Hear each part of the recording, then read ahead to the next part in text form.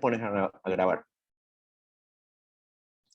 Ok, bueno, nada, comencemos con un asunto del horario. Realmente el horario de las 9:30 de la mañana de Caracas no nos sirve porque eh, hay otra clase de otro diplomado seguidamente en lo que yo termine, ¿no? Entonces, más bien le estaba robando media hora a la clase que sigue, ¿no?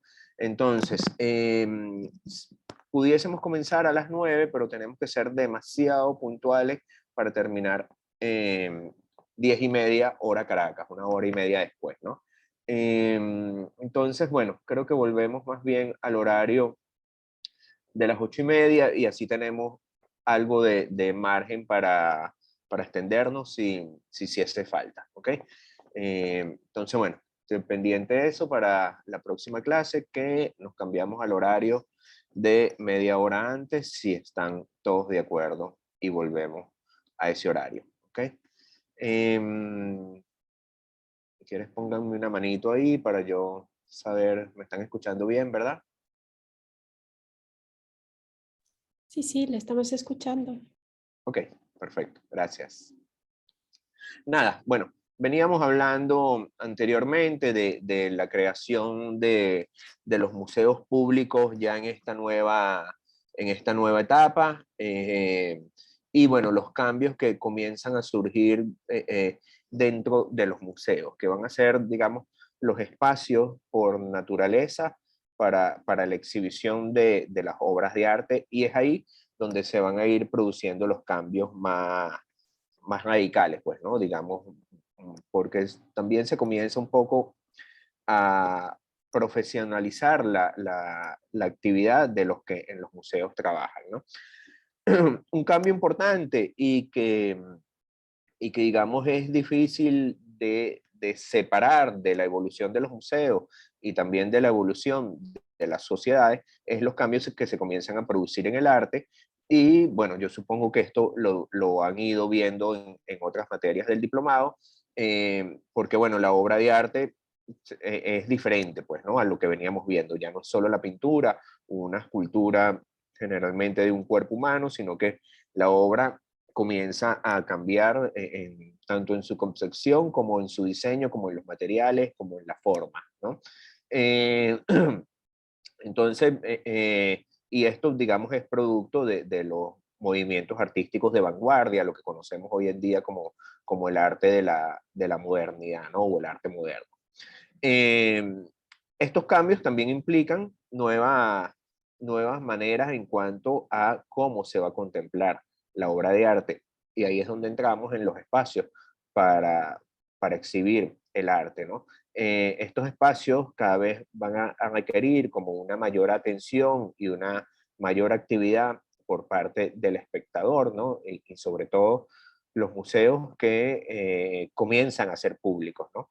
Lo que complejiza también el entendimiento de la obra. Entonces, muchas veces esas obras requieren estar acompañadas de una información para su comprensión, requieren en muchos casos tener un texto, que generalmente es el texto curatorial, un texto que las complementen, o alguna documentación que ella requiera, ¿no? Entonces, estos aspectos comienzan a requerir un personal específico, una coordinación específica dentro del museo, ¿no?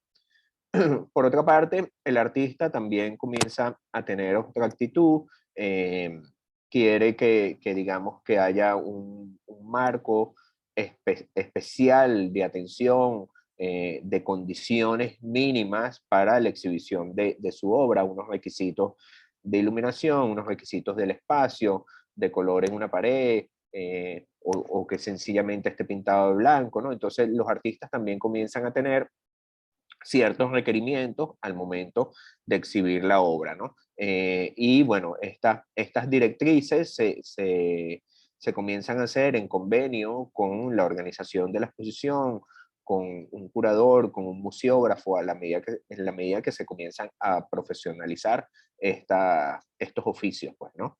Y bueno, y sin duda ahí cómo se van a disponer esa, esas obras especialmente. Igualmente el artista, digamos, comienza a entrar en un mercado del arte, ¿no? Donde en ocasiones es el mismo artista el que vende la obra, ¿no? Y no tanto los museos, sino especialmente los espacios de galería, ¿no? Entonces, ahí se comienza también, digamos, un aspecto que, bueno, que puede ser visto como romántico o como excesivamente muy mercantilista, la parte del comercio o los que dicen, yo no vendo mi obra porque yo produzco arte porque quiero, pues, ¿no? Entonces, bueno, ahí comienzan a haber algunas diferencias, ¿no? Otro elemento importante que comienza a generar un cambio es el diseño gráfico especialmente, y bueno, también un poco el diseño de interiores, ¿no?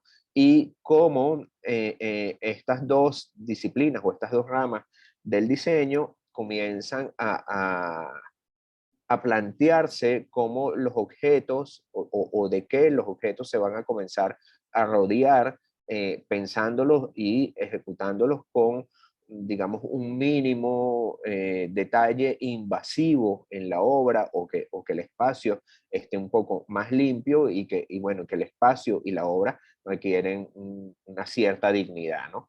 En este sentido, la arquitectura no deja de estar ahí desarticulada, más bien se involucra completamente, porque, bueno, también en la arquitectura comienzan a surgir nuevos materiales y nuevas formas de construcción, elementos mecánicos, eléctricos, ¿no? Que por un lado facilitan la ejecución y la producción de las exposiciones, pero también facilitan en muchas ocasiones montajes más sencillos o montajes que fuesen efímeros, ¿no? Entonces, bueno, la arquitectura de alguna otra forma, de esos palacios que vimos, de esos espacios que comienzan a ser reutilizados, la arquitectura los comienza a ver como un espacio expositivo y comienzan a surgir ciertas modificaciones, que ya vamos a ver algunos ejemplos, ¿no? Bueno, todos estos puntos que les he mencionado ahorita, bueno, comienzan a ofrecer montones de combinaciones, montones de posibilidades que indican claramente un momento de cambio importante, ¿no? Voy a compartir pantalla por aquí.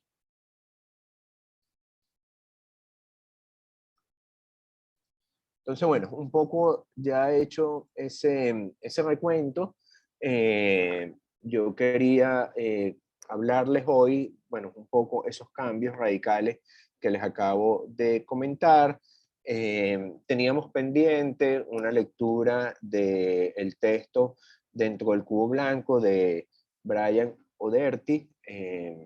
Vamos a leer algunas arquitecturas de Jean Nouvel y bueno, hablamos un poco muy puntualmente de Marcel Duchamp, que también dentro del Cubo Blanco está señalado, ¿no?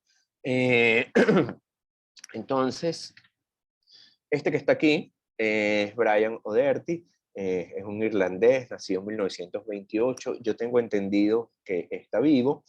Y bueno, él argumenta un poco en su texto, que terminó convirtiéndose en un clásico, que, bueno, la modernidad ha generado un espacio neutral para aislar cada obra de su contexto inmediato y todo aquello que pudiera distraer la experiencia del espectador hacia el objeto mismo. Comienza a contemplarse al espectador de manera importante al concebir los espacios como un museo, ¿no? El espectador es tomado en cuenta y el espectador comienza a ser la razón de ser junto con el artista de un museo, ¿no? Más allá de lo que hemos hablado del museo también como un elemento o como un espacio de recreación para la educación y un espacio turístico, el espectador comienza a tener un valor importante en la lectura de las obras, en la lectura de las exposiciones que se hagan, ¿no? Perdón, ¿alguien quería decir algo? ¿No? Ok, seguimos. Bueno, les quería, digamos, preguntar a ustedes si alguno leyó el texto. Es un texto que está, digamos, que está conformado por 4 o 5 capítulos contando una introducción, ¿no? Me interesa mucho la parte del texto que tiene que ver con el contexto como contenido, ¿no? Entonces, bueno, no sé si alguien quiere comentar algo. La idea, digamos, con esta lectura es que entre todos podamos tener una apreciación y que lo comentemos, pues, ¿no?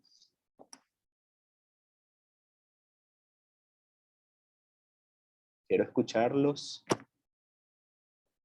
Sin pena me Bueno, pueden... ¿Sí?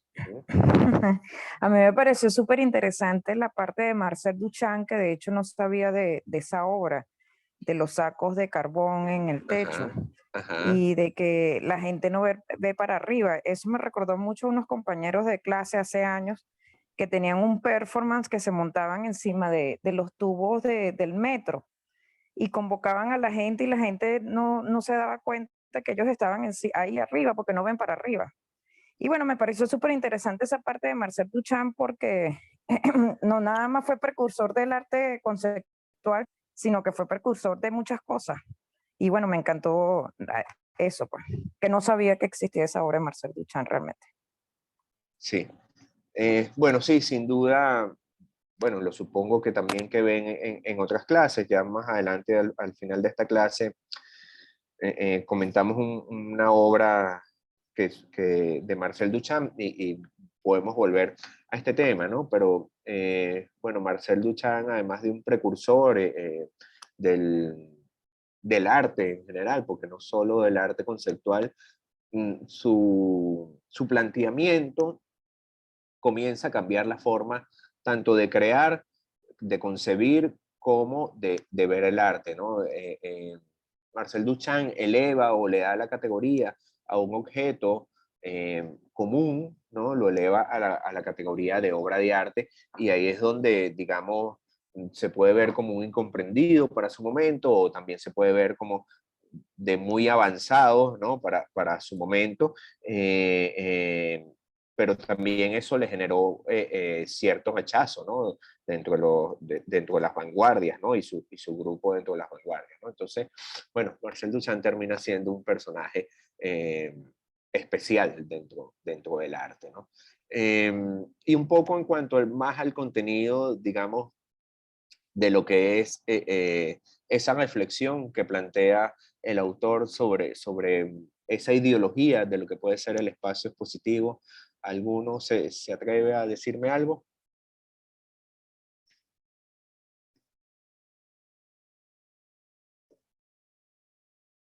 A ver quién más está por aquí, quién llegó. Nada, José Antonio, que estás por ahí, siempre comentas algo. Lo siento, profesor, no pude leerlo, no he tenido tiempo. Estoy aquí hoy un poco de oyente con este texto. La verdad que es Ya, que no he podido sacarle el tiempo solo leí un poquito la introducción y no he podido cogerlo otra vez. okay. Bueno, mira, hagamos lo siguiente. A ver, abrirlo aquí un momentico. Bueno, el texto, digamos, comienza a ser un planteamiento desde la introducción de cómo los espacios para exhibir el arte, los espacios expositivos, desde un principio son como ese efecto de una catedral o de un lugar, digamos, sagrado, un lugar inmaculado donde entras y de una vez hace silencio, el cuerpo asume otra postura, ¿no? Él comienza hablando desde, digamos, las cuevas con las pinturas rupestres, un espacio de una iglesia, las pirámides egipcias, ¿no? Comienza a ponerlos como ejemplo, ¿no? Y cómo esos espacios, digamos, después el palacio o después la galería, lo que se llamó la rotonda, ¿no? Comienzan a agrupar las obras, es un poco lo que hemos venido hablando de cómo se formaron las colecciones, hasta, bueno, llegar a los cambios que introduce el arte moderno, ¿no? Entonces, bueno, yo un poco lo que quería que viéramos con este texto, además que se plantea allí como una historia del arte muy sencilla, sin ver mayores detalles, ¿no? Pero también nos va señalando, digamos, diversos cambios que se van produciendo en la sociedad a partir de los cambios que va generando el arte y sin duda, digamos, el tema de esto que son los cambios que se generan en los espacios expositivos, ¿no? Entonces, el texto, yo les quisiera como poner aquí una asignación, ¿no? Porque el texto, digamos, su contenido se divide primero, tiene el título Notas sobre el espacio expositivo, perdón, la mirada y el espectador, después el tercero, el contexto como contenido, ese me interesa muchísimo, y el cuarto, la galería como gesto, ¿no? Y todo esto sustentado en diversas obras donde él las toma para hablar del espacio expositivo, ¿no? De hecho, seguidamente vamos a ver una obra del cual él comenta allí, de un artista alemán, ya la vamos a ver ahorita, ¿no? Pero bueno, lo que les quisiera como dejar digamos, una asignación, si entre los que están en el grupo, nunca los tengo todos completos en clases, y espero que la vean después en diferido, ¿no? Pero bueno, no sé, si nos dividimos esos cuatro capítulos de alguna manera y la semana que viene, alguno como un vocero se compromete a hacer un resumen, o entre varios se comprometen a hacer un resumen, ¿no? Quisiera, digamos, que la clase en cuanto a este texto fuese un poco más participativa. Igualmente yo, digamos, los voy guiando y les voy dando algunos otros tips a partir de ejemplos, ¿no? Entonces, no sé si lo escogen ustedes o lo asigno yo azarosamente y a dedo, de los que estamos aquí. Bueno, acaba de entrar Mila también a la reunión. Entonces, ¿qué me dicen? ¿Que se entusiasman a escoger uno de los cuatro capítulos? Asígnalos tú. Asígnalos yo, ok. A ver, ¿cuántos estamos aquí? Estamos cinco, estamos seis.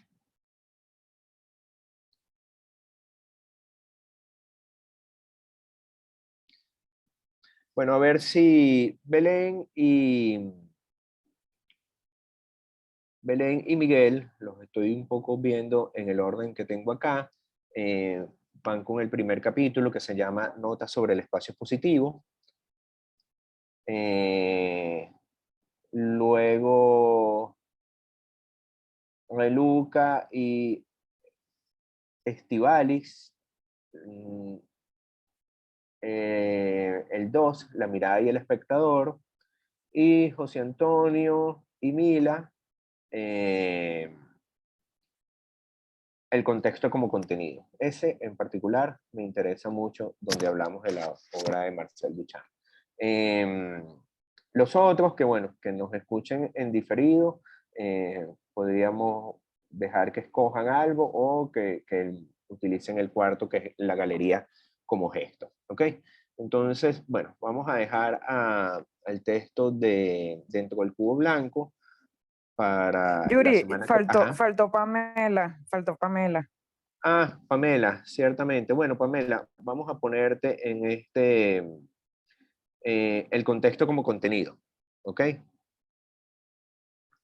Es que Pamela no tiene micrófono y ahí está. Ajá, gracias, Belén. Ok, entonces dejamos este texto dentro del cubo blanco para entrarle más a profundidad la semana que viene.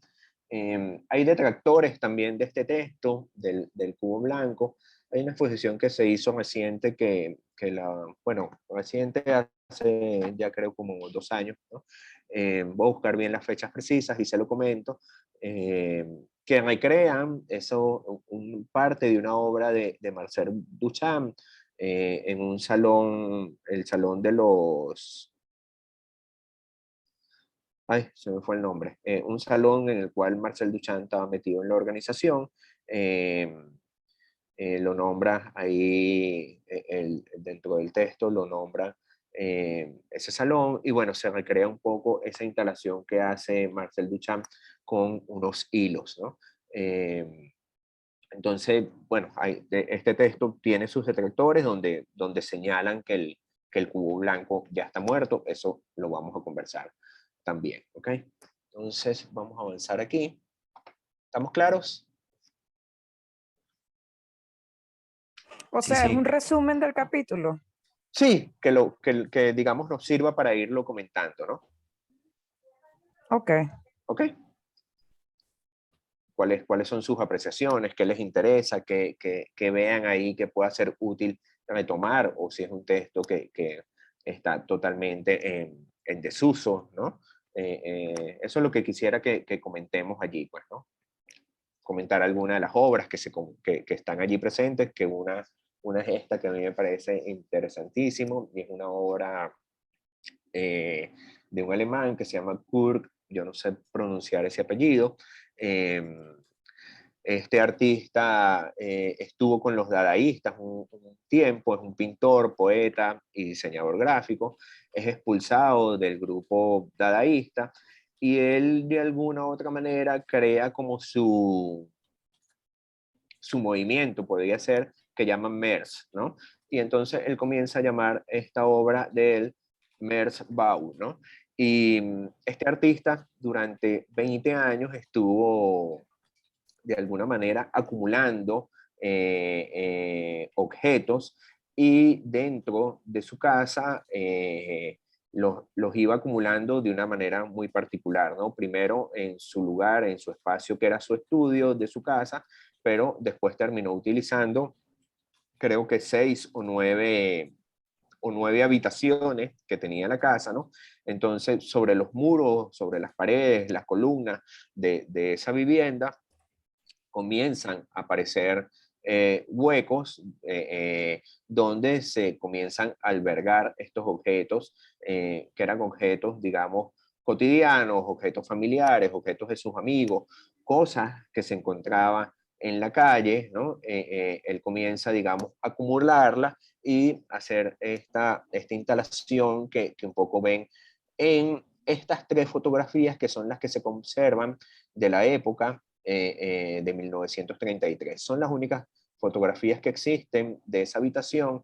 Esta obra, que comienza a hacerse en el año 23, y ya en el 33, comenzando el nazismo, de alguna forma se queda paralizada, pero ya en el año 43 es destruida por un bombardeo, ¿no? Este, bueno, un poco las áreas vacías que iban quedando en la casa y en la habitación, de alguna forma tenían agujeros, tenían pinceladas, te conseguías cualquier cosa, una colilla de un cigarro, una botella con orina, o sea, cualquier cantidad de cosas que ustedes se puedan, digamos, imaginar, iban de alguna forma construyendo esa autobiografía del artista, del autor, en un dispositivo que él fue creando de exhibición, dentro de otra arquitectura, ¿no? A mí me parece interesante aquí porque él construye una arquitectura dentro de otra arquitectura, ¿no? Y bueno, se mostraba de alguna forma una historia fragmentada, una historia rota, una historia con ciertos tropiezos, ¿no? Entonces ese espacio, digamos, de trabajo, el estudio y el espacio doméstico, se fue totalmente cambiando en sus formas, y en su contenido, pues, ¿no? De alguna forma se puede ver unos rasgos históricos de este artista y, digamos, con cierta influencia también de otros movimientos artísticos, como puede ser el constructivismo, que esté presente allí, ¿no? Entonces, bueno, básicamente este artista coleccionó, recogió, acumuló y fue exhibiendo todos esos desechos, toda esa basura de alguna manera, ¿no? De una manera de que eran bienes que lo representaban a él, eran objetos que de alguna forma lo representaban a él, ¿no? Entonces, vamos a ver un videíto de una recreación que se hizo relativamente reciente en la Tate. Vamos a verlo aquí, vuelvo a compartir pantalla.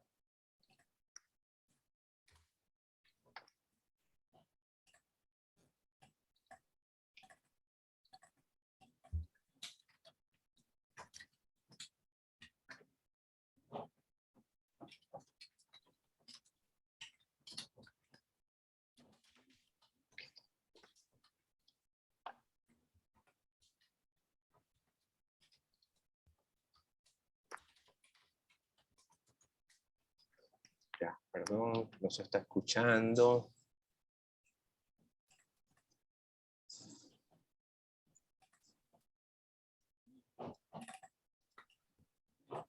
Voy, que me de aquí.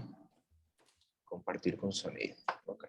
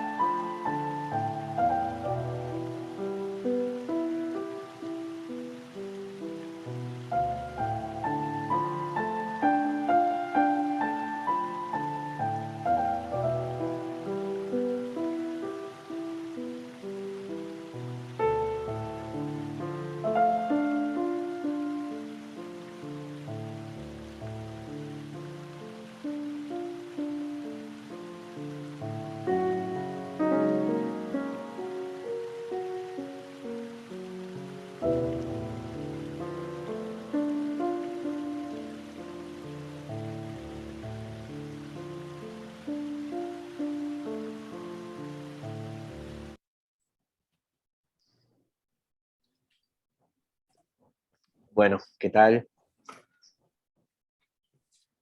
Esa obra, sí, perdón.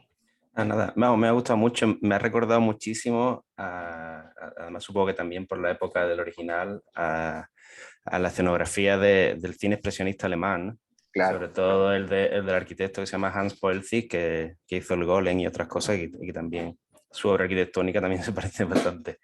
claro. Y es muy, muy interesante, pero claro, no sé si la forma de construirse eso es, bueno, conceptualmente es distinta, ¿no? Porque eso es como una especie de acumulación un poco de Diógenes, ¿no? Pero bueno, pero la verdad que estéticamente es parecido, ¿no? Sí, sin duda, por ejemplo, una película, El gabinete del doctor Galigari, tiene esas cosas, digamos, afiladas, puntiagudas, triangulares, que sí, mira, perfectamente pudiese tener esa lectura con esa influencia, ¿no? De ese cine, ¿no? Muy, muy buena actuación, no lo recordaba esa película, me la trajiste a la mente inmediatamente. Qué bueno. Bueno, vamos a ver, vuelvo a poner el PowerPoint.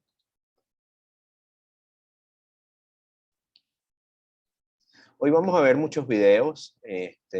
Creo que va a ser una forma chévere para ir hablando de las arquitecturas, ¿no? Y de los museos, porque sin duda las ampliaciones o las modificaciones que se comienzan a hacer en los museos se llevó con un registro, pues, ¿no? Y con grandes arquitectos, unos nobles, otros con mucha experiencia muy sumamente reconocidos. Y bueno, vamos a ir viendo algunos ejemplos puntuales, ¿no? Les traigo hoy algunas obras de Jean Nouvel. Jean Nouvel es un arquitecto y diseñador francés, y tomé esta frase, ¿no? La arquitectura es entonces una interacción constante con la cultura en que vivimos, con las bellas artes, con lo técnico, científico y la investigación. Y muy generalmente con todas las áreas de la producción de imágenes, porque nos guste o no, la arquitectura es principalmente imagen, ¿no? Bueno, supongo que Miguel conoce a este arquitecto, ¿no? Vamos a ver algunos ejemplos de su arquitectura y vamos a entender por qué él habla de la arquitectura principalmente como una imagen. Pero también resalto, digamos, de este pequeño texto, eh, esto que él señala aquí, esa constante interacción con la cultura en que vivimos, con el momento en que vivimos, ¿no? Y cómo la arquitectura también va un poco cambiando en función de esos cambios, ¿no? Que va generando el arte. Comenzando la pandemia hicimos un ciclo de charlas con unos arquitectos que se dedican a estudiar el legado de la arquitectura moderna en Venezuela, y es una asociación internacional que se llama Documomo, Documentación y Estudio, Investigación y Estudio de la Arquitectura Moderna, ¿no? El capítulo Venezuela, y ellos plantean una cosa que a mí me pareció, oye, como súper pertinente y como, bueno, muy actual para el momento de la pandemia, porque ellos planteaban una frase así que era como que eh, la arquitectura es el único lugar seguro que tenemos, es la casa y es el único lugar seguro que tenemos. Como todos nos encerramos, ese era el espacio, digamos, de salud y el espacio seguro para protegerse de esa epidemia, ¿no? Entonces, bueno, eso les traigo esa notica allí, ¿no? Bueno, de este arquitecto vamos a ver algunas obras, no vamos a ver todo, ¿no? Quería comenzar esto, o sea, yo hice una selección de algunas obras de este arquitecto que tienen que ver con, bueno, con espacios de exhibición de arte, ¿no? Porque realmente ha construido muchas cosas, es un arquitecto que es sumamente reconocido y premiado, ¿no? Entonces, bueno, quería comenzar con esto, un edificio de 1994, la Fundación Cartier para el Arte Contemporáneo, que está en París. Bueno, es uno de los primeros edificios que diseña y que construye. y en el cual este arquitecto utiliza el concepto de la transparencia y el rigor de sus fachadas en las estructuras, y eso, digamos, lo vamos a ver también a lo largo de otros diseños, ¿no? Esta es la sede de las exhibiciones de arte contemporáneo de esta fundación, y bueno, el edificio plantea también un juego entre el interior y el exterior, donde de alguna forma invita a la gente a pasar, a recorrerlo y a experimentar el edificio, ¿no? Tanto desde lejos como desde cerca, porque el edificio, ya lo van a ver en los videos, está rodeado de un gran jardín, ¿no? Y un jardín, digamos, también emblemático. Hay un árbol ahí que lo sembró un poeta a finales del siglo XIX, y bueno, conservan distintos tipos de plantas allí, ¿no? Él tomó, digamos, de alguna forma las líneas de la avenida, ¿no? Y, digamos, esas líneas las reproduce en los tabiques de vidrio, o en esos, digamos, en esos paneles de vidrio que permiten además ser traslúcidos, permiten a los transeúntes, al que va por la calle, admirar de alguna manera lo que hay adentro, ¿no? Y la estructura junto con la naturaleza que rodea el edificio. Este edificio también, digamos, tiene una característica de que hay paneles de vidrio que se pueden retirar relativamente fácil en el verano para crear mejor ventilación, pues, ¿no? Es una estructura de vidrio que crea una fachada, se sostiene digamos, con bordes o con columnas, no sé cuál pueda ser el término arquitectónico ahí más preciso, que sostienen toda la estructura del edificio y sostienen los vidrios. Es un edificio que tiene, digamos, 8 plantas hacia arriba y después tiene 8 plantas hacia abajo de un sótano para estacionamiento, ¿no? Y bueno, esto tiene 16.000 metros cuadrados, ¿no? En palabras del propio arquitecto, es una estructura basada por completo en la livianidad, vidrio y acero dedicadamente tejido. Una arquitectura que juega con la difuminación de los límites de los materiales y la representación de la lectura de un volumen sólido, superfluo, en una poética de la ambigüedad y la evanescencia. Vamos a ver aquí un video o 2 videos que tengo de ese edificio. Compartir con sonido.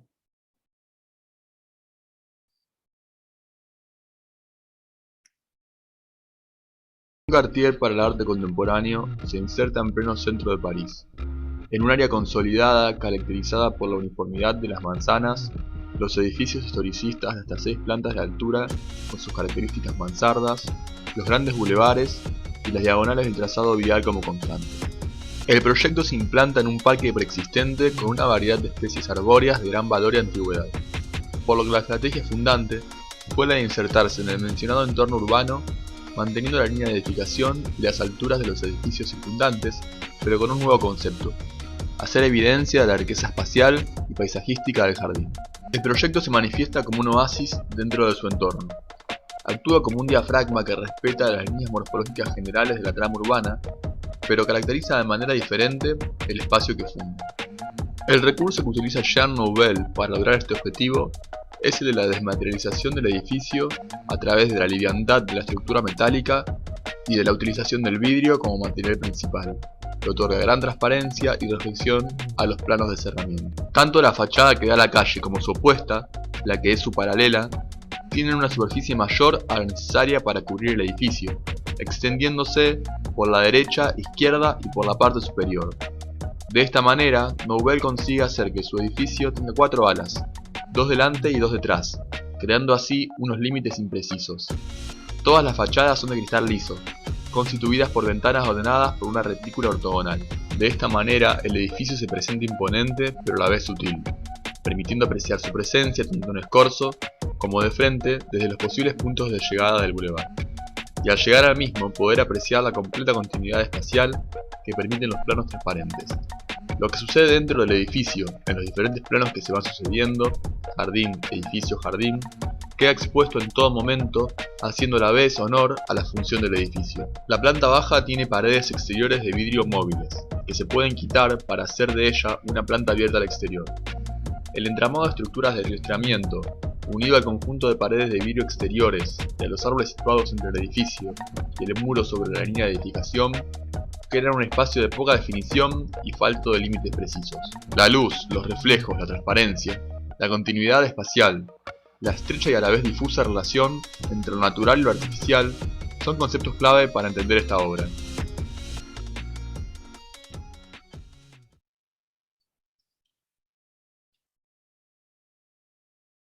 Vamos a ver otro.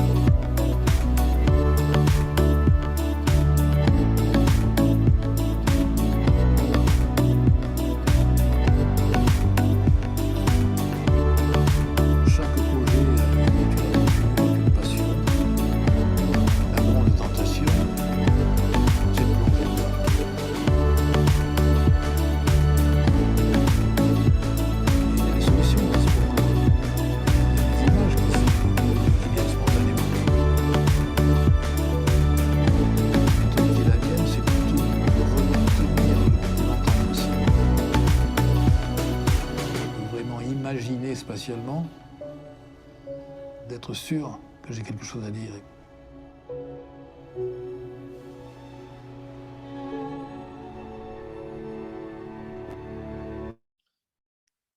¿Qué tal? Bello edificio, ¿verdad?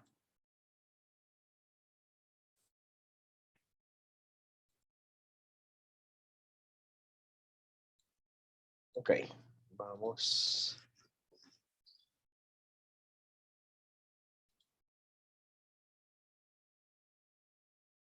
Perdón, ya continuamos, que me perdí aquí.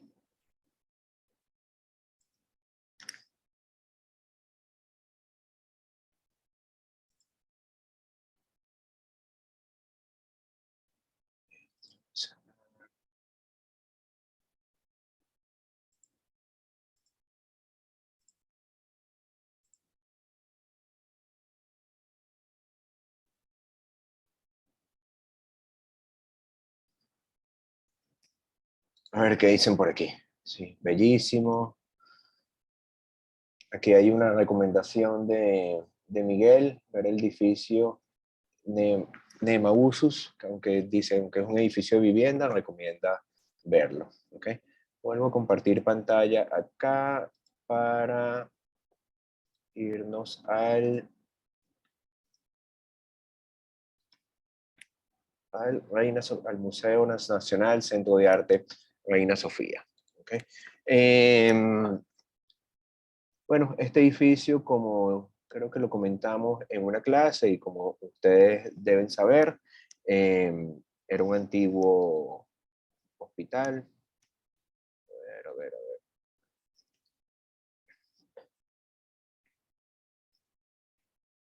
Este edificio era un antiguo hospital, digamos, en el cual a su vez se reunieron varios hospitales. Era el Hospital General de Madrid durante, digamos, el reinado del rey Felipe II. Este edificio agrupó los distintos hospitales que habían en la ciudad en uno solo, ¿no? Bueno, hasta que se decidió una nueva fundación al resultar, digamos, insuficientes las instalaciones para la ciudad, ¿no? En 1788, con la muerte de Carlos III, se paralizan las obras y, bueno, el edificio vuelve a ser ocupado para digamos, el destino, la función que se había construido, que era la del hospital, ¿no? Ya, bueno, más adelante el edificio funciona, no sé, casi una década, un poco más de una década, siendo un hospital, y bueno, comienza a sufrir distintas modificaciones, ¿no? Este edificio que vemos allí, ¿no? En 1977, este edificio es declarado Monumento Histórico Artístico. En 1980 comienza a hacérsele unas restauraciones importantes por el arquitecto Antonio Fernández Alba.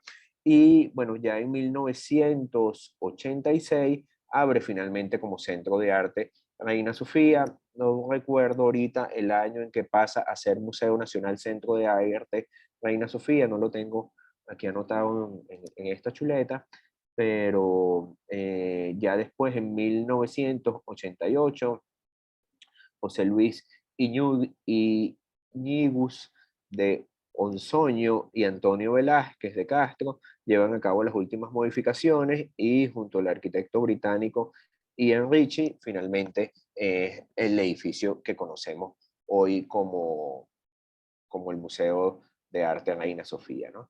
En el año 2001, este edificio se plantea la ampliación del museo que vimos anteriormente por la necesidad de mayores espacios, y bueno, se le encarga a Jean Nouvel la ampliación, ¿no?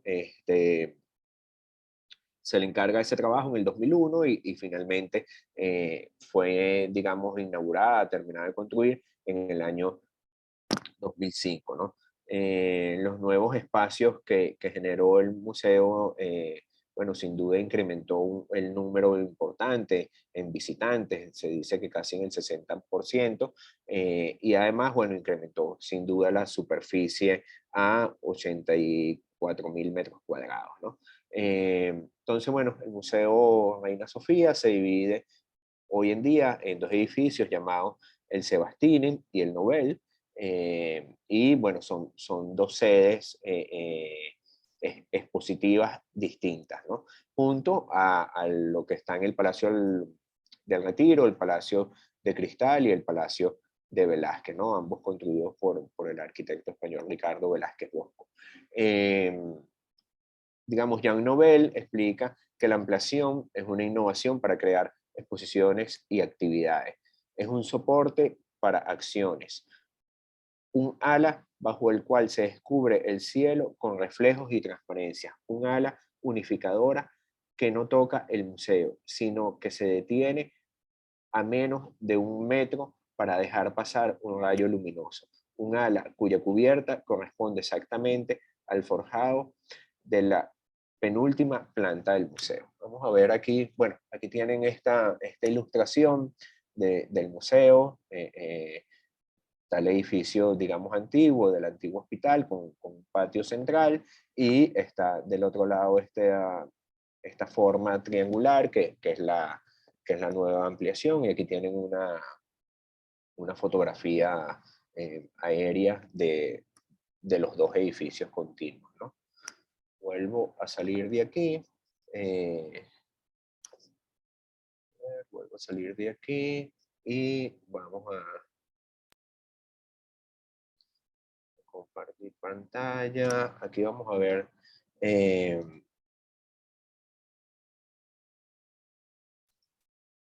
tres videos. A ver, tengo una duda.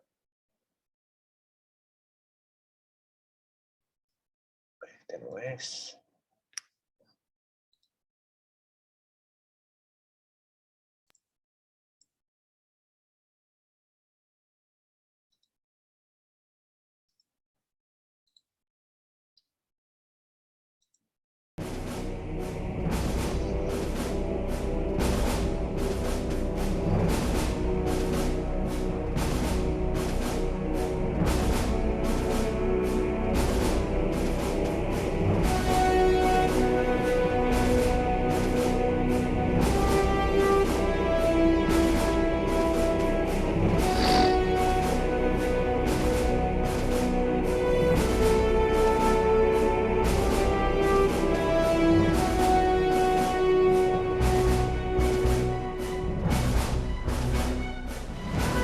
Después de más de 3 años de duro, intenso, pero emocionante y dignificante trabajo, un nuevo proyecto va a ver ultimadas sus expectativas. El Museo Nacional Centro de Arte Reina Sofía finaliza su ampliación acometiendo una de las reformas más ambiciosas de la arquitectura del siglo actual.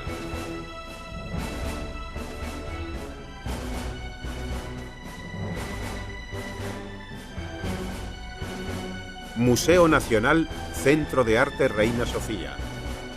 Una ampliación del siglo XXI. La ampliación cumple de manera sobria y elegante con las necesidades planteadas por el propio museo, gracias a un interesante proyecto de Jean Nouvel. Ofrece al ciudadano unos espacios propios para uso y disfrute, paralelamente a otros con funcionalidad lúdica y cultural. Unas características que solo un ente como el Museo Nacional Centro de Arte Reina Sofía está capacitado para llevar a cabo. Con estos condicionantes, se ha desarrollado un barrio a pequeña escala, a espaldas del edificio Sabatini, iniciado por una plaza pública que, iluminada a través de unos lucernarios abocinados revestidos con chapas de acero inoxidable, invita al ciudadano a reposar, tentándole acto seguido a disfrutar de un rato de ocio y cultura, pudiendo acceder a cualquiera de los 3 elementos principales que conforman la ampliación propiamente dicha.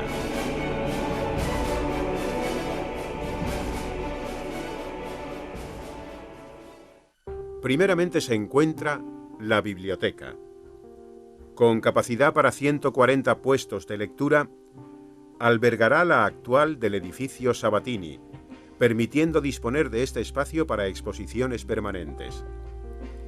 Goza de un gran espacio central diáfano de 16 metros de altura, en cuyo centro está situada una gran lámpara con más de 4.000 cubos de vidrio, soportados por un entramado metálico anclado a la estructura del edificio con tensores de acero inoxidable.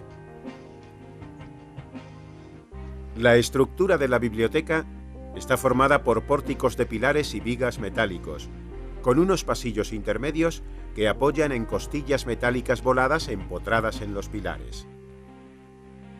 En su finalización, 1.600 baldas iluminadas se encargarán de cobijar 120.000 volúmenes, y el acristalamiento acústico con gas argón asumirá la eliminación del ruido proveniente de la circulación de la ronda de Atocha, creando el ambiente acorde con una soberbia sala de lectura de estas características. Frente a la biblioteca, el edificio de exposiciones temporales dispone 2 nuevas salas para el museo, conectadas a través de unos túneles de chapa de acero con el edificio Sabatini. Consiste en un paralelepípedo de 54 metros de longitud por 24 de anchura y 24 metros de altura, sustentado por pilares metálicos. Unas vigas de acero salvan los 24 metros de luz con la ayuda de forjados de chapa colaborante. Se crean así 2 espacios diáfanos para exposiciones: la sala grande de 1.800 metros cuadrados y la pequeña de algo más de 1.000 metros cuadrados, ambas con una altura libre de 6 metros, que servirán para albergar las exposiciones temporales. Como instalación peculiar, las 2 salas disponen de un sistema de iluminación que, mediante 1.800 tubos fluorescentes con 2 temperaturas de color distintas, permiten crear diferentes ambientes de acuerdo a las necesidades de los expositores. Esta función se complementa gracias a unos estores de 7 metros de altura, con tela blackout de ocultación total motorizados, y en el exterior lamas orientables de aluminio extrusionado y microperforado de 7,40 metros de longitud, que, situadas en la fachada de la plaza, permiten tamizar e incluso impedir el paso de la luz natural al interior.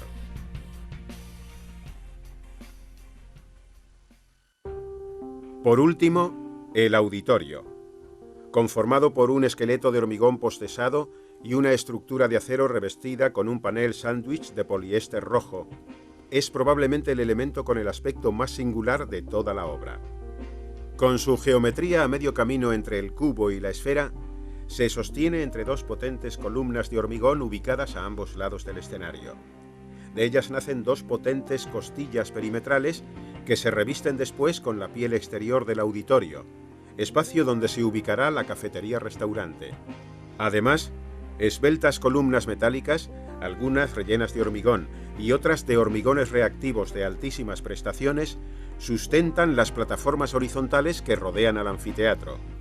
Entre las costillas se crean vigas transversales postensadas, y entre ellas la losa del graderío. Consta de una sala para 500 personas, revestida de madera de ocume lacado con suelo de tarima de jatoba, que en estos momentos se está dotando de equipamiento audiovisual para incrementar sus posibilidades de uso. Completa el programa del auditorio una sala de cursos y conferencias para 200 personas, adaptable a 2 de 100, que reproduce a pequeña escala, incluso con los mismos acabados, el auditorio grande. El conjunto de estos 3 grandes volúmenes queda unificado mediante una gran cubierta que los abraza con voluntad protectora y que prolonga la imposta propia del antiguo edificio de Sabatini. Con un canto de casi 3,5 metros en disminución progresiva y un voladizo de 36 metros, tiene una disposición en planta similar a la ocupación de la parcela, con una superficie de 8.000 metros cuadrados. Está construida con vigas de alma llena y celosías, que pesan un total de 1.400.000 kilos.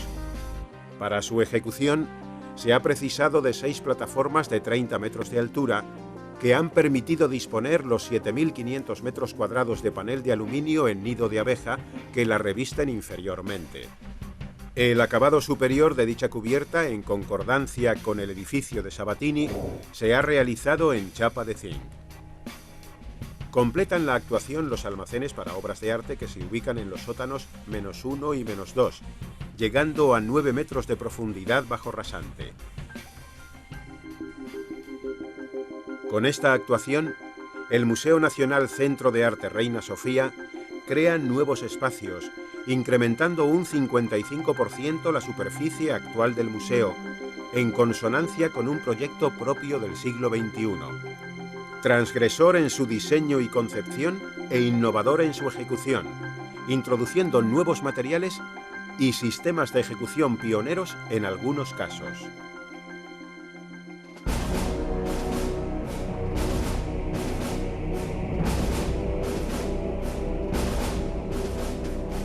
Dragados se siente orgullosa de haber contribuido con su experiencia y profesionalidad a la consecución de tan grandiosa obra, permitiendo al museo mantenerse fiel en todo caso a los principios propios de un ente creado por y para el ciudadano, establecido con una clara intención de curar almas alimentando el espíritu, e invitando permanentemente al ciudadano a traspasar el entorno urbano diario para introducirse en el universo de la cultura, del ocio y del conocimiento.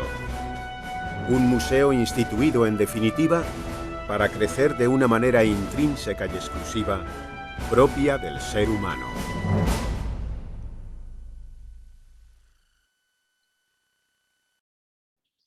Vamos a ver uno más cortico, porque veo que se me está viniendo el tiempo encima.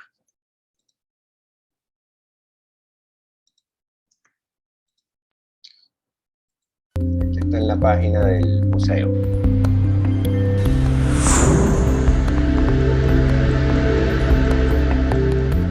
Un vídeo realizado por Proin 3D.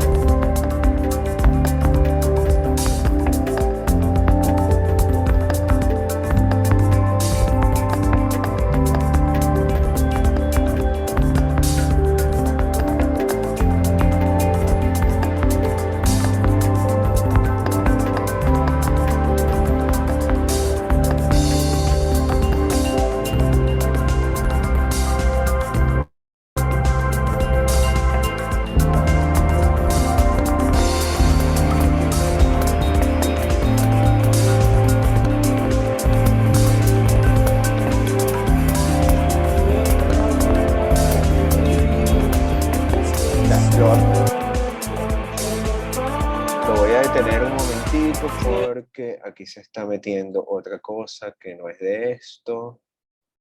Perdón.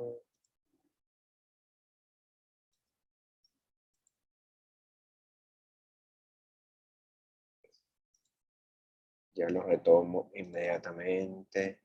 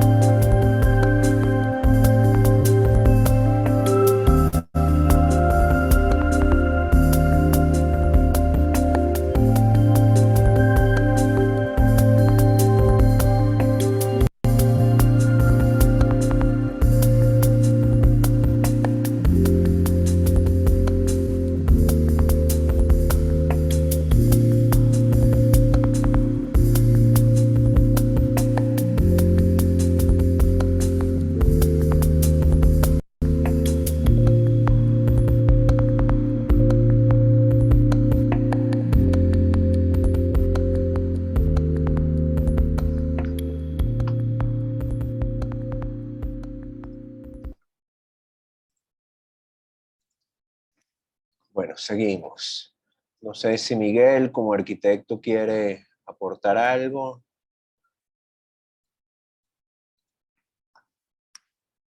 Bueno, tampoco sabría mucho qué decir. Bueno, siempre me parece un poco curioso estos vídeos en el que te cuentan un poco, ¿no? Como la película de Cleopatra, ¿no? Que te decía no sé cuántos actores y no sé cuántos caballos y no sé cuántos dromedarios, ¿no? Igual, es decir, si en el vídeo te cuentan todas las técnicas constructivas, las innovaciones, los materiales, etcétera, pero tampoco considero que eso sea el edificio en sí, ¿no? Entonces me queda un poco con... Sí que queda un poco el tema de bueno, cuáles son los espacios, por qué los diseña así y tal, que hay cosas que sí, que son interesantes. Sí, sí, Pero claro. claro, también hay que, o sea, también es interesante, pero es como algo más de infraestructura, ¿no? Y el otro ya lo veremos, ¿no? Pero la verdad que el edificio es muy, muy interesante, ¿no? El hecho además de conjugar dos alas, ¿no? Una que es histórica con un edificio histórico con otra que es nueva y tal. También aparece un poco en la National Gallery de Londres y en otros museos, ¿no? Que al final siempre se amplían. Sí. Sí, bueno, estamos hablando sobre todo de infraestructura y cómo crecen los espacios, eso que tú señalas, pues, ¿no? Materiales utilizados, cuántos metros cuadrados es la ampliación, ¿no? Mucho dato técnico, ¿no? Realmente es difícil como conseguir videos de exposiciones donde nos podamos detener a ver, digamos, temas más específicos de cómo se, cómo se van adecuando las obras o cómo se instalan las obras en el espacio, ¿no? Y por eso en la clase anterior un poco les decía, digamos, que aprovechemos también estos videos para comenzar a ver temas como la iluminación, los dispositivos, las entradas y las salidas, cómo, digamos, están dispuestas las obras en el espacio para al momento de visitar también un museo, comenzar ese recorrido o a ver esas exposiciones de una manera consciente, distinta, que no sea el simple disfrute o el mero disfrute de entrar a un museo, sino que comenzamos a ver esos elementos de otra manera y también nosotros a plantearnos algunas otras soluciones en cuanto al espacio, ¿no? Entonces, bueno, gracias, Miguel. Mira, bueno, continuando aquí, les quería mostrar un video también del Museo del Muelle de Branly, perdón, en París. Es un edificio igual de Jean Nouvel, del año 2006. Es un museo del hombre, es un museo etnográfico y también con algunos elementos ecológicos. Me lo voy a saltar ahorita por un factor de tiempo, pero bueno, en internet tienen bastante información, ¿no? Este sí me interesa mucho que lo veamos, la Serpentine Gallery en Londres. Hace anualmente un pabellón en el cual convocan a arquitectos, distintos arquitectos, a construir ese pabellón, ¿no? Y esto se hace, digamos, en ese mismo parque donde funciona la galería. Es una galería de arte moderno y contemporáneo, y bueno, está muy relacionada, o sus exposiciones muchas veces están muy relacionadas con la arquitectura, la educación y con grandes programas eh, públicos, ¿no? De entrada gratuita y de un carácter didáctico, pues, ¿no?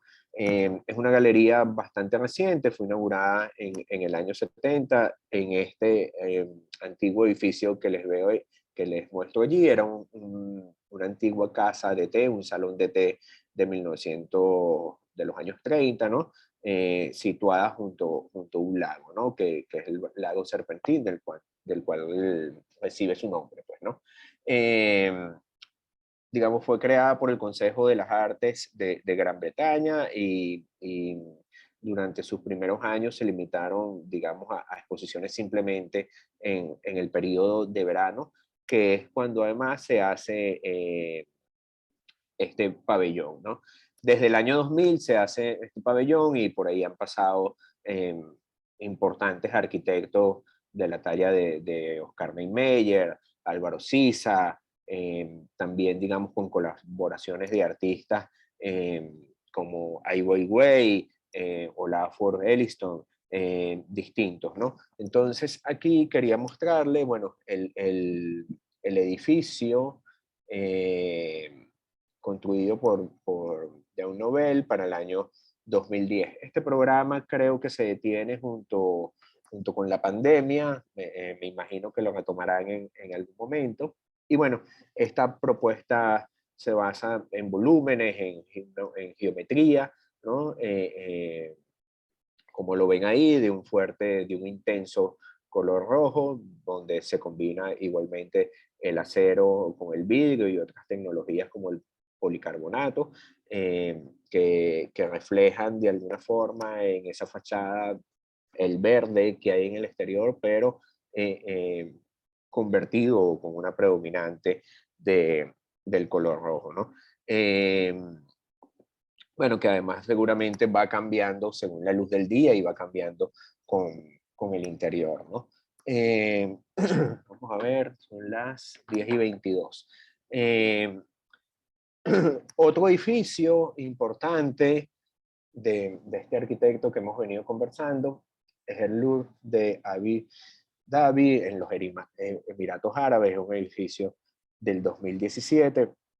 Es un edificio también con unas características, digamos, similares en cuanto a la entrada de luz. Fue un edificio, además, que generó mucha polémica en tanto al Museo del Louvre, porque, digamos, bueno, que comenzaron una cantidad de rumores de que si las obras del Louvre se exhibirían allá, y bueno, también todo esto siendo un París musulmán, eso generó mucha polémica. Pero bueno, es una colección bastante pequeña todavía hoy en día, que tiene alrededor de 600 obras.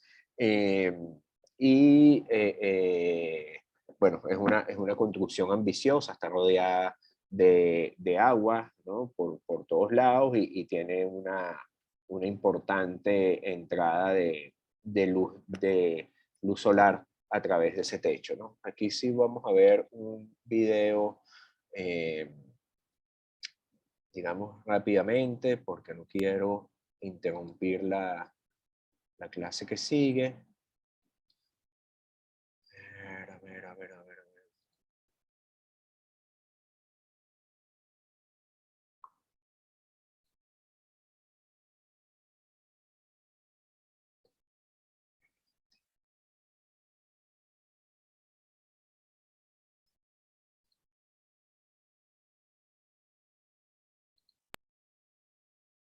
Hacernos esta entrevista. Es un placer. Usted dibujó y concibió un conjunto de edificios totalmente único. ¿Qué refleja de usted este Museo de Abu Dhabi? Refleja mis convicciones. Soy un arquitecto contextual y para mí era impensable que un museo de tal magnitud no hiciera parte de la cultura del lugar en el que fue construido. Entonces es un museo árabe que le habla tanto a los locales como al resto de la gente sobre la identidad árabe, sobre la ciudad árabe. Había dos simbolismos que quería desarrollar. El primero era el del urbanismo. simbolismo que un museo entendido bajo la noción griega debe tener. Quería crear un ágora árabe. El museo debía dar esa impresión desde afuera. Es también un símbolo de espiritualidad. Las colecciones de las civilizaciones que hay aquí hablan sobre todas las creencias, sobre temas muy profundos, muy misteriosos. Y pienso que esta dimensión de la espiritualidad está muy bien representada, bien transmitida a través de la cúpula.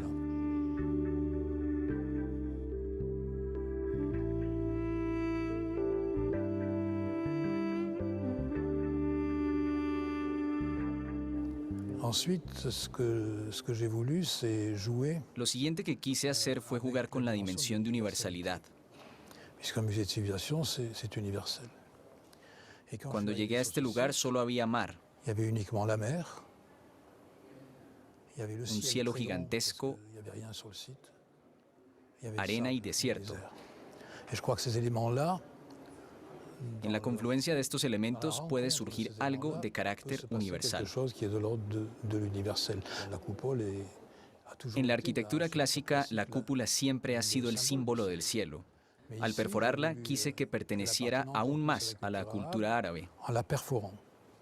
Fui creando juegos con la geometría y la luz, elementos que para mí siempre han caracterizado la gran arquitectura árabe. Pero busqué una cierta especificidad, una cierta singularidad, porque creo en los lugares únicos. Pensé que esta luz podía ser cinética, que si el sol giraba ya podría llegar a todas las impresiones que se tienen del lugar gracias a la rotación del sol. ¿Fue ese el reto técnico más grande? Es un reto tanto arquitectónico como técnico. Había que imaginar el método. El método fue construir por capas el domo que está en el exterior y la cúpula que está debajo. A cada capa la perforan motivos que hacen parte de la cultura árabe y que se complejizan y se diferencian mediante un computador. Cuando un rayo de luz toca el suelo, el edificio o el agua debe atravesar esos 8 obstáculos. Son en realidad 8 mashrabillas que en conjunto crean un juego que no se parece en nada a la mashrabilla individual.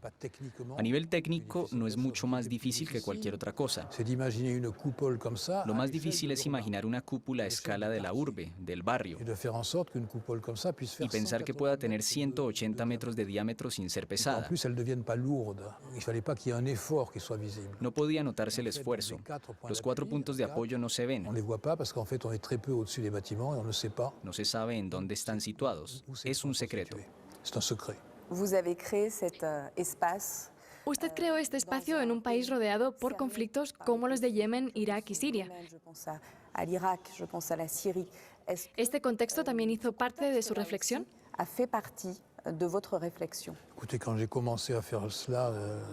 Cuando empecé a reflexionar al respecto, esos conflictos no existían, porque yo empecé hace 11 años. Creo que un museo como este es muy importante en medio de la situación histórica en la que estamos. Pienso que frente a visiones extremistas y a menudo intolerantes es importante poder prestarle atención a lo que está pasando en otras culturas. Creo que es importante poder admirar al otro, admirar a los demás a lo largo del tiempo y saber que no hay una única verdad sobre la Tierra. Considero que el lugar también debe ser habitado, primero por las obras, por los visitantes, por los objetos que ellos encuentran y por los visitantes que hablan entre ellos. Es una filosofía encaminada a un diálogo sensible sobre nociones artísticas, con incertidumbres y cuestionamientos.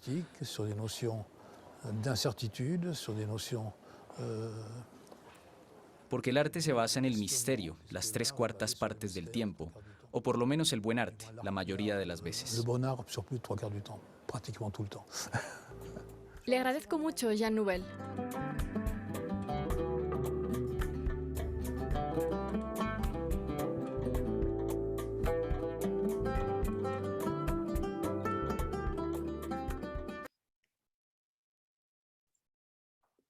Bueno, vamos a dejarlo por hoy hasta acá. Había A ver, una notica aquí de Miguel. Me encantan los de Toyo Ito y sobre todo el de Herzog de Mouron. Bueno, lo veremos. Eso era del Serpentine Gallery. Lo del Serpentín. Ah, sí, sí, claro, sí. claro. El de Oscar Niemeyer es también, a mí en particular el de Niemeyer me gusta mucho. Sí, ya. Bueno, les dejo esa asignación con el texto dentro del cubo blanco para la semana que viene. Partamos ahí. Yo le quería mostrar una cosita más, como un abreboca de que la semana que viene también quiero que entremos un poco en el tema de los Guggenheim, ¿no? De los museos Guggenheim, el de Nueva York, el de Bilbao. Pero bueno, lo retomamos la semana próxima, ¿ok? ¿Algún comentario que quieran hacerme? ¿Algún comentario que quieran sobre sus trabajos? ¿Cómo van? ¿Una duda? ¿Algún avance? Bueno, cualquier cosa por el chat me pueden ubicar, o si quieren ahorita que nos quedan unos pocos minutos de manera muy breve, si alguien quiere adelantar algo, los escucho.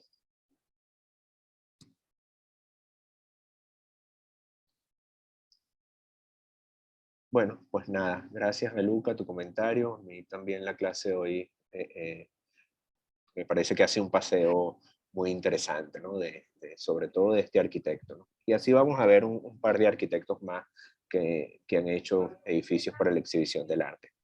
Nada, que tengan... Yuri, ya va, pero yo tengo una pregunta sobre los Adelante. trabajos. Dale, adelante. O sea, hay que escoger la exposición y hablar de la luz, de la arquitectura, de la historia. Podrías escoger una exposición, podrías escoger un espacio, podrías plantearte quizás tú algún espacio, cómo lo modificarías. Eso se lo dejo a criterio de ustedes, pues, ¿no? Lo que quisiera sobre todo, y que lo hablamos en la primera clase, es esa reflexión de ustedes en torno a los espacios para exhibir el arte, pues, ¿no? O cómo los espacios se adecúan, o cómo es el arte el que se adecúa, ¿no? Yo creo más en lo segundo, pero les dejo esa reflexión ahí a ustedes. Ok. ¿Ok? Gracias por la clase de hoy, me encantó. Vale, qué bueno. Bueno, nos vemos el próximo viernes. Acuérdense que vamos a las 8:30 de Caracas para no tener este corte así tan abrupto. ¿Ok? Gracias.